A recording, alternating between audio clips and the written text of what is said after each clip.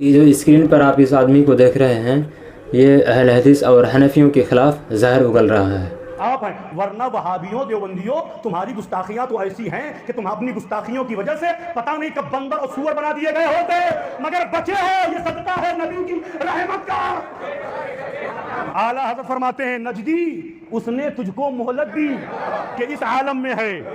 نجدی اس نے تجھ کو مہلت دی کہ اس عالم میں ہے، کافر و مرتد پہ بھی رحمت رسول اللہ کی، کافر و مرتد پہ بھی رحمت رسول اللہ کی۔ تم ہی تو وہ ہو وہابیوں دیوبندیوں جس کی وجہ سے حضرت آدم علیہ السلام جنت سے تشریف لائے۔ کہیں گے کیسے؟ مفسرین کرام فرماتے ہیں حضرت آدم علیہ السلام کے دنیا میں آنے کا ایک سبب یہ بھی بیان کیا گیا کہ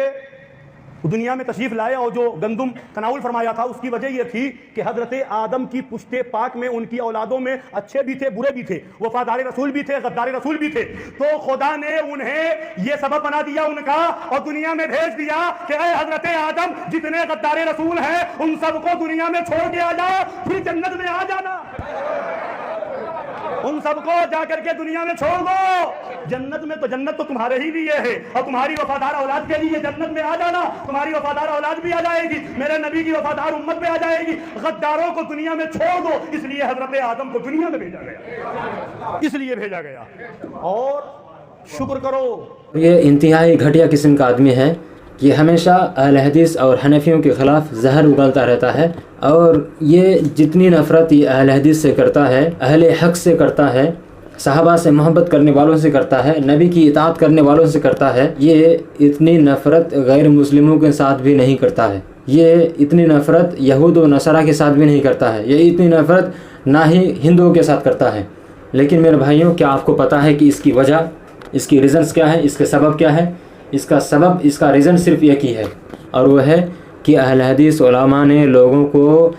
دین کی، صحیح دین کی طرف، راہ حق کی طرف بلایا اور لوگوں کو ان کی گمراہیوں سے آگاہ کیا، حرام کمائی سے لوگوں کو روکا، ان کی جو انلیگل بزنس تھا، ان کا جو حرام کمائی تھا، لوگوں کو مزار کی طرف بلا کر کے لوگوں سے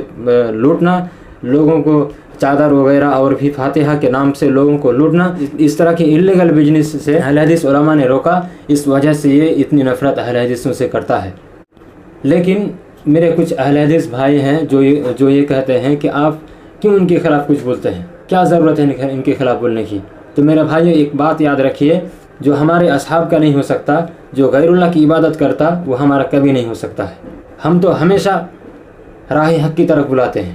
جو صحیح دین ہے، جو دین نبی صلی اللہ علیہ وسلم نے ہمیں دیا، اس دین پر ہم عمل کرتے ہیں اور اس دین کی طرف لوگوں کو بلاتے ہیں، لیکن ان کو یہ دین پسند نہیں ہے، یہ راستہ، یہ طریقہ ان کو پسند نہیں ہے۔ اسی طرح سے جو روافظ ہیں، ابھی کچھ دن پہلے یہ جو ایرانی پریسیڈنٹ ابراہیم رئیسی کا انتقال ہوا،